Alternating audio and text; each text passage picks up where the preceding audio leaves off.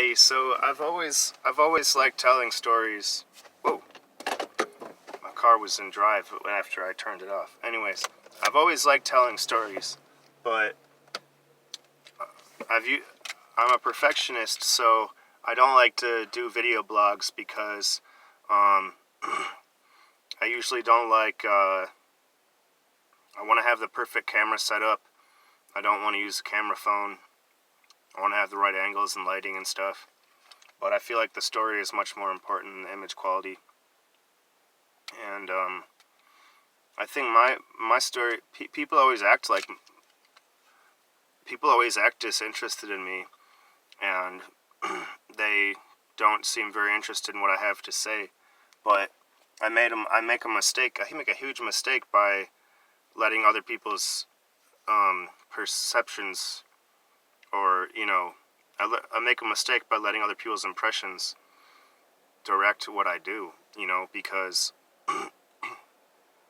I've had a pretty interesting life, and I've usually just been too stressed out from instability to record it, and also just have a false perception of myself that my experiences aren't important enough.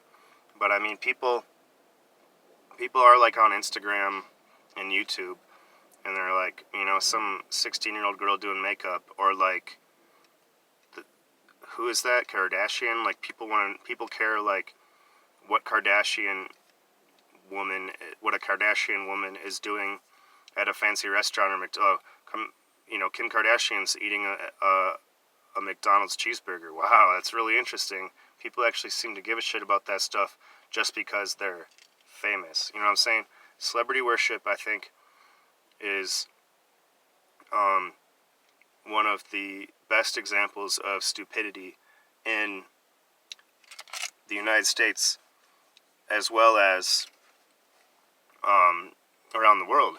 Western culture to a certain extent. And media has a huge impact on our lives, and everybody's story is pretty interesting, especially if you're drinking or smoking weed or doing acid or something. Everybody's story is interesting.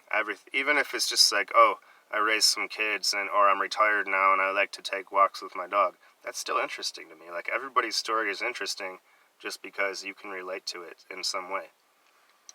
But I guess that's enough for now. I think I'm gonna write some stuff down and then record my memories on camera. I had some weird dreams because I had a cold. I can't quite remember them. It was a few days ago, but I dreamed that I was having sex with this neighbor girl that I grew up with in a hotel, and like I was being set up and like her mother was helping us get the motel and stuff. And I can't remember the other part of the dream. That was pretty interesting. See, that's why I gotta write my dreams down, because they're really interesting to me when they seem real, but then they're so easy to forget. It's weird how something's interesting but so easy to forget at the same time, just because it's a dream instead of something you experienced in real life. So it doesn't leave as much of an impression on your mind. I can't remember it's funny how dreams, you'll dream one whole episode and then a completely unrelated type of episode. It's, that's part of the 16 personalities test, is whether or not you have vivid dreams. And I think that's an important part of my personality, is that, I'm not a artistic genius, but I have a pretty good imagination, so, I should try to put that to use.